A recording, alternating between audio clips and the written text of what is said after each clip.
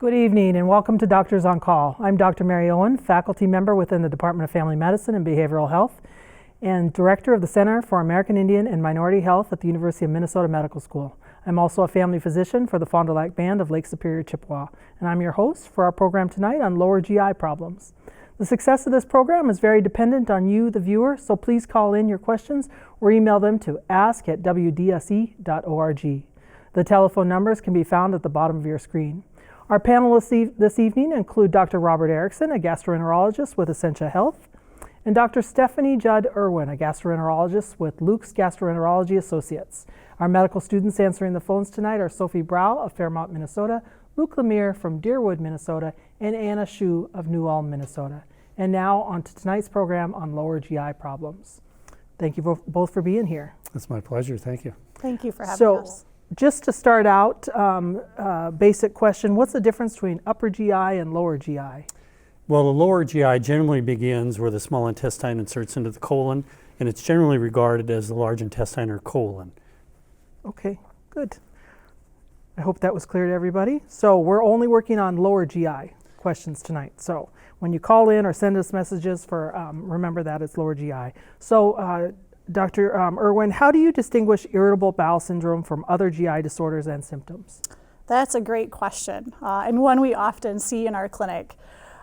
Usually we look for red flag symptoms such as blood in the stool, abdominal pain or cramping that doesn't improve with the bowel movement, anemia, weight loss. These are all red flag symptoms that indicate other problems going on. And oftentimes irritable bowel is a rule out disease, where we rule out things like inflammatory bowel disease, celiac disease, and so on, and then after a thorough workup can diagnose that. But there is Rome criteria, special criteria we use to diagnose irritable bowel syndrome. Patients present with either constipation and or diarrhea, can have alternating symptoms, and usually abdominal pain, if present, does improve with the bowel movement. Oftentimes these people do undergo endoscopy, and those would be normal in irritable bowel syndrome in most cases. Okay, anything to add, Dr. Erickson? No, I think she hit it well. There's such an overlap of many GI diseases. Again, we try to catch the things we don't want to miss, things that are bad, so things that are blood per rectum or pain that keeps going on, weight loss. There are some standard tests that we'll do to rule things out, like to rule out celiac disease and do a CBC and do a stool test for white blood cells called calprotectin to look for inflammatory disease. As Dr. Irwin noted, we'll do colonoscopy, especially we'll do colonoscopy if they're age 45 or older, because that's when we begin colon cancer screening anyways. But less than that, if there's no warning signs, then we often treat empirically. Can you sometimes get blood in the stool with irritable bowel? You sure can. A lot of people have hemorrhoids. That's probably the number one cause. Or if they're constipated, anal fissure is quite common. But we really do need to rule out things like colon cancer or polyps in patients who have blood in the stool. So we consider that as a red flag symptom. Even if patients are young and it's intermittent, it needs to be evaluated. Okay, good to know. So don't get worried immediately. Just go see your doctor and get checked out. Exactly. The good news is most of the time it's not anything serious like colon cancer, but something that needs to be evaluated for sure. And is colonoscopy the only way, let's ask you, Dr. Erickson, is the colonoscopy the only way to catch colon cancer? No, there isn't. So there's many tests. And the one important thing about colon cancer screening is that it's some type of screening. So it doesn't mean that you need colonoscopy. And I know Dr. Irwin will get into this later as far as the age when to start, but we can do tests such as colonoscopy. There's stool tests for blood called FIT. There's another stool test with blood and DNA, that funny guy in the box that you see in the commercials, called Cologuard. Every test has its own advantages and disadvantages. Colonoscopy does, however, has the highest sensitivity and specificity, and we can remove polyps to reduce the risk of colon cancer in the future. Can you tell me what you mean by sensitivity and specificity? It's just our ability. You can be too sensitive and pick up too many positive tests and have false positives. If you crank up the sensitivity.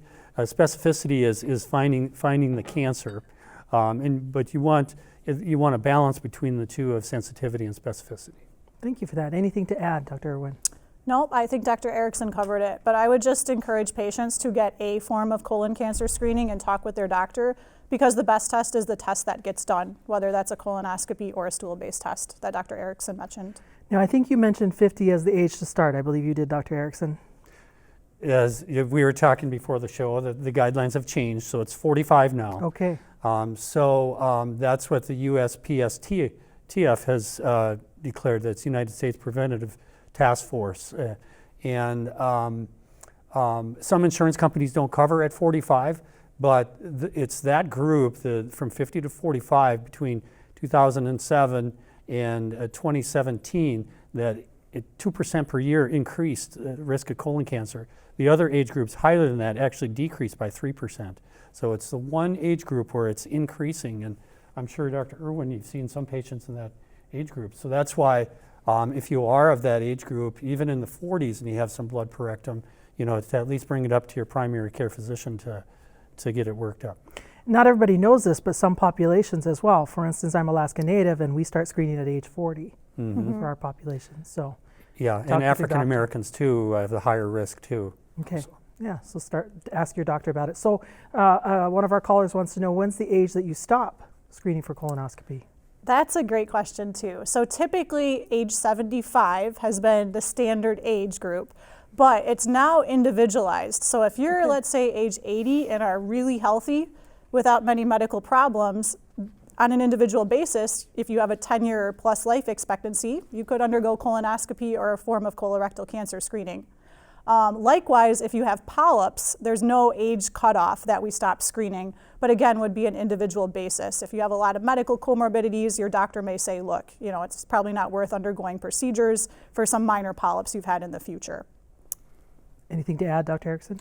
No, I think she covered it well. Again, I think I would like to emphasize that don't be afraid of colon cancer screening, and some of the other tests are non-invasive, and those tests are better than nothing.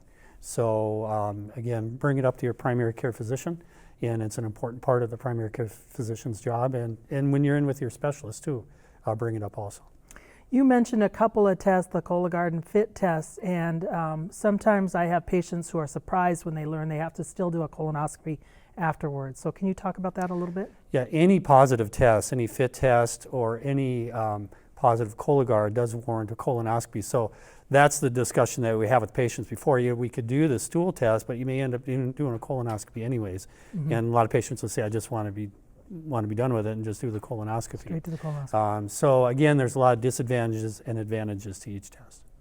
Excellent. Anything to add, Dr. Irwin? I think you covered it well. Okay. So we're going to switch topics. What's the difference between, I'll start with you, Dr. Irwin, diverticulitis and diverticulosis?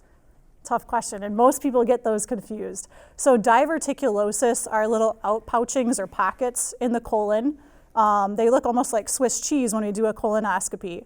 And for these, we just recommend high fiber diet. And when they get infected or inflamed or have microperforation, we call that diverticulitis. So the itis is the inflammation or infected part of it. And patients with diverticulitis typically have abdominal pain. Sometimes they have fevers. The pain is typically left side of their abdomen. They can have some change in bowel habits and also some blood in the stool, rarely as well. And that usually requires treatment with antibiotics. And we diagnose it typically with a CAT scan, an abdominal CAT scan. And diverticulosis is usually asymptomatic that we find on colonoscopy. And about 4 to 5% of patients with diverticulosis will develop diverticulitis or have episodes of diverticulitis in their lifetime. So it's pretty rare. Most people with diverticulosis itself do just fine. And you might have said this and I missed it. Do you have an idea what percentage of the population has diverticulosis? Quite a few. Usually I quote my patients by age 50, about 40 to 50% have it. By age 60, about 60%, 70%, and so on. So usually if patients are over 50, I say more times than not, you're going to have it, that we'll find it. I don't know if Dr. Erickson in your practice, the same thing? Percentages, yeah. And it's good to know that you have it when we talk about a colonoscopy in case you have the pain and things like that. But the majority of the time it doesn't cause symptoms.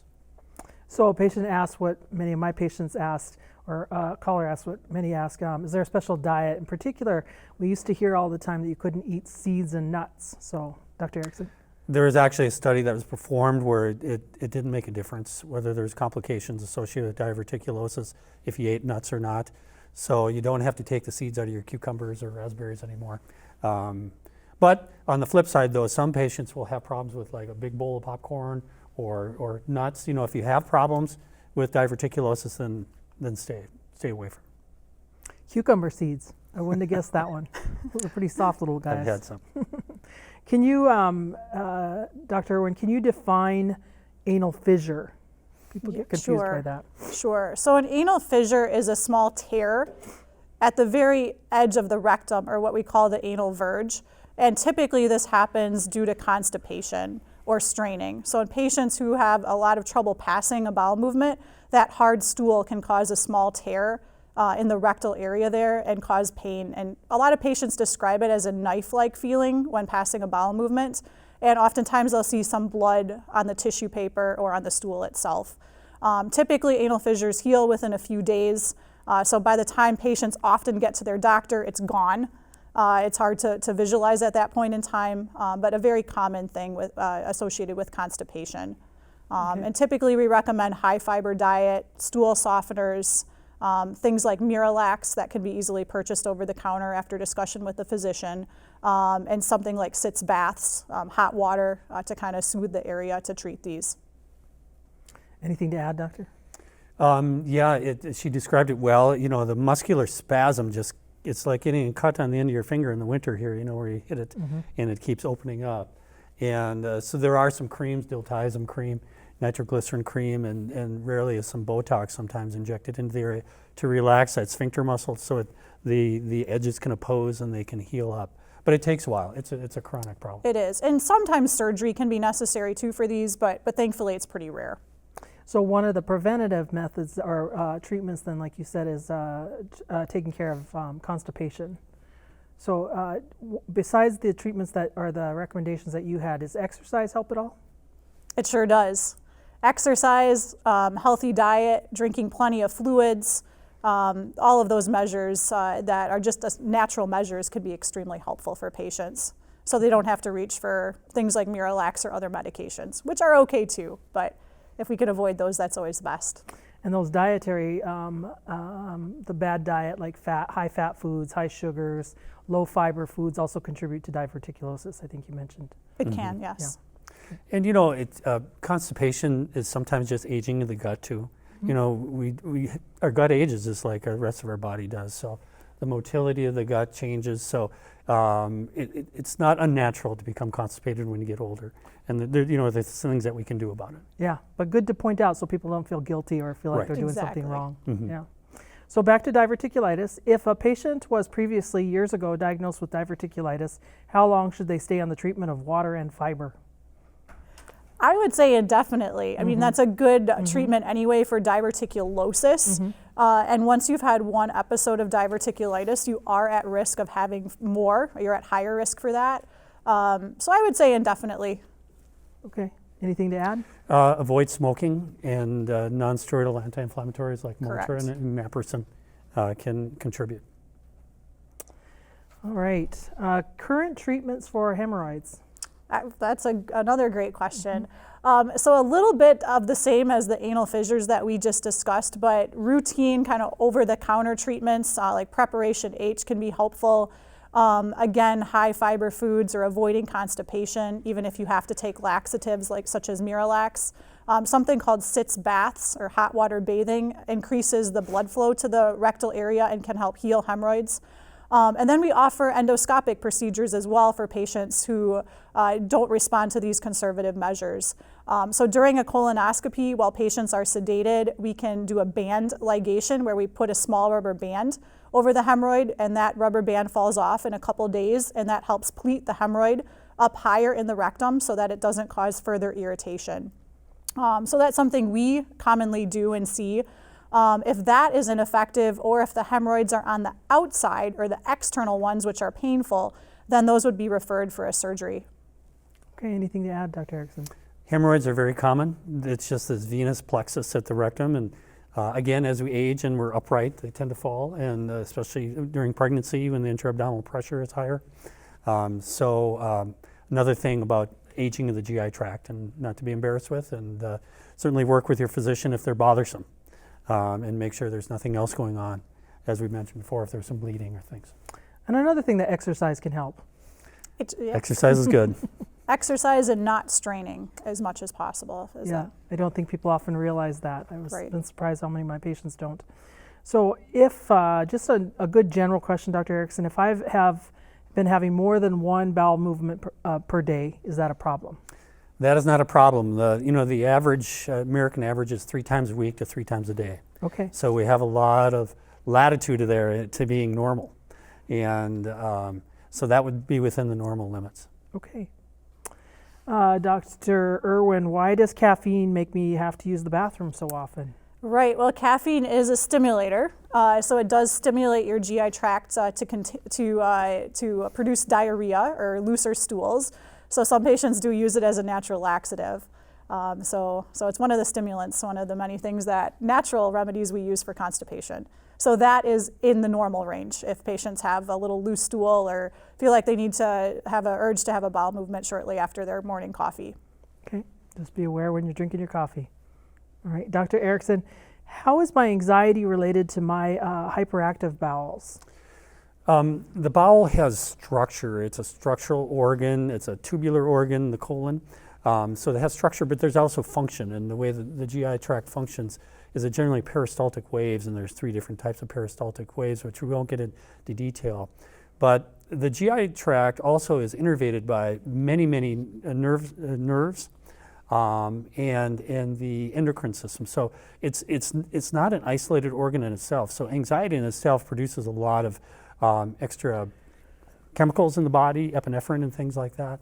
And that's what affects this motility. And that's where you're getting an impact of anxiety with your bowels. Okay, thank you. Anything to add, Dr. Irwin? Well, I think you did a great job explaining a complex subject. There is something called the gut-brain axis. So some patients, with anxiety have an overactive GI tract. And we use medications for anxiety in very low dose to help with those nerve pathways in the GI tract to help calm them down, essentially. Anything to add again, Dr. Again, Erickson? very common. Okay. Don't be embarrassed, and we can work Okay. with you on that. Your primary doc or the gastroenterologist can work with you on that. Okay. Dr. Erickson, patients are curious about the process of prepping for a colonoscopy, what to expect, and if you see a little bit of blood, if you see some mucus, are those alarming? Are they typical? The whole concept of prepping for colonoscopy is an issue in itself, and don't let that stop you from considering colonoscopy. There's different preps that have lower volume that can be utilized. A little bit of blood during a colonoscopy prep is not uncommon. Again, the hemorrhoids can act up, but certainly tell your physician before you start. We would look for other things. Mucus, the colon always makes mucus, and it's that mucus that sometimes comes out. So that's a natural product of the colon is mucus. Thank you for that. Anything to add, Dr. Irwin? Nope, I think you explained it well, but I might add most patients say that the bowel prep is the worst part of their colonoscopy. So if you can get through that, you can get through the colonoscopy. Mm-hmm. Mm-hmm. It's worth it. It's Keep worth it. cancer away. Exactly. Dr. Irwin, tell us about Crohn's disease, and are there any dietary restrictions or things to think about if you have Crohn's disease? Yeah, so Crohn's disease is one of the inflammatory bowel diseases. The other one is ulcerative colitis, and this is where you have inflammation of the top layers of the colon. It's a chronic condition. We aren't sure exactly what causes it, but we're thinking it's probably environmental factors that interact with your born genetics. It often causes symptoms such as blood in the stool, diarrhea, abdominal pain. When we check labs, patients can be anemic or have inflammatory markers that are raised. I usually recommend a blander diet if they're having a so-called flare of these symptoms, but the goal would be to be able to eat normally for the most part once the disease is under control. And there's many medications that we use for this, and most patients are able to live relatively normal lives without having these GI symptoms.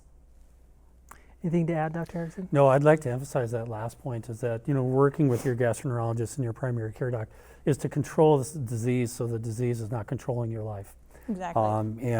So get some help. Be glad to help you out with it.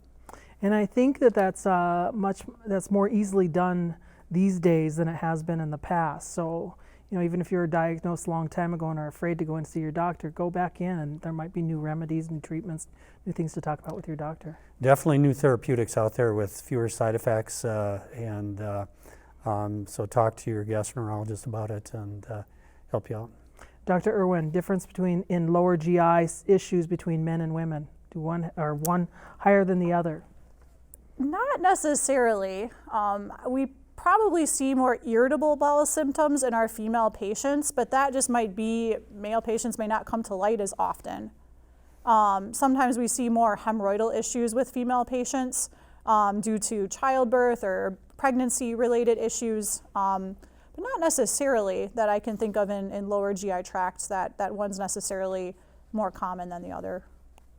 Anything to add, Dr. Erickson? A little uptick in colon cancer in males, but that's about it. So if you're male and you have blood in your stool, don't ignore it. Get to your doctor and talk about it.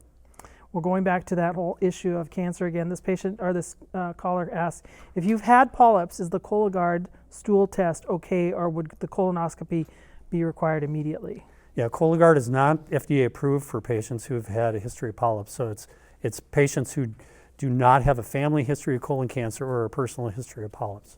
Okay. Anything to add? Nothing to add. Irwin? Once you have polyps, you're relegated to the colonoscopy realm. Okay. This caller asked, what treatments are in the pipeline for IBS, either of you? Well, many different treatments. I mentioned some of the anxiety medications we use called SSRIs can be quite helpful. But mainly it's just controlling symptoms. So if you're on the constipated side, we use things like Miralax. If you don't have issues with bloating, we'll try fiber supplements. Likewise, if you have diarrhea, we'll use things to help stop the diarrhea and anti-diarrhea like Imodium. And then there's other medications to help if you have cramping or spasm, something called Bentyl. And then there's other dietary factors as well that can help with symptoms like abdominal pain and bloating, something called a low FODMAP diet, where we have you basically stick with low fermentable type foods. So based on diet, medications, also living a healthy lifestyle, exercise, it can be helpful as well, getting enough sleep at night. So we focus on a whole body approach when we see patients with irritable bowel syndrome. Anything to add, Dr. Erickson? No, I'd like to emphasize that in the beginning therapy, compared to the start of my practice, there's a lot other therapies out there, but I definitely emphasize that first. But there are some other ones out there. We won't get into details, but healthy lifestyle. This caller gets into something very interesting these days. Can antibiotics cause colitis? And what they're getting to, do these kill the good bacteria? They're asking that question. That's more and more in the news these days. So I'll turn to you. Sure. So yes, in a way, they definitely can kill the healthy bacteria. And antibiotics put you at particular risk, you probably hear it these days, of C. difficile colitis. So this is an infection that is rampant throughout the population in hospital patients as well as in the general public. So I would say unless you really need to be on antibiotics for a strong indication, don't take them. If you have a cold, it's most likely a virus. Unfortunately, a lot of doctors do prescribe these types of things or patients think they need them. But I would really limit antibiotics unless it's a well-thought decision by your personal physician. Anything to add, Dr. Erickson? No, I think that, C. diff is out there. It's in everybody's colon, and it is the antibiotics that kills the good bacteria, and the C. diff proliferates. There is the new therapy of the stool transplant. So patients who had suffered in the past, there are some salvage therapies that we have now that pretty impressive what it does.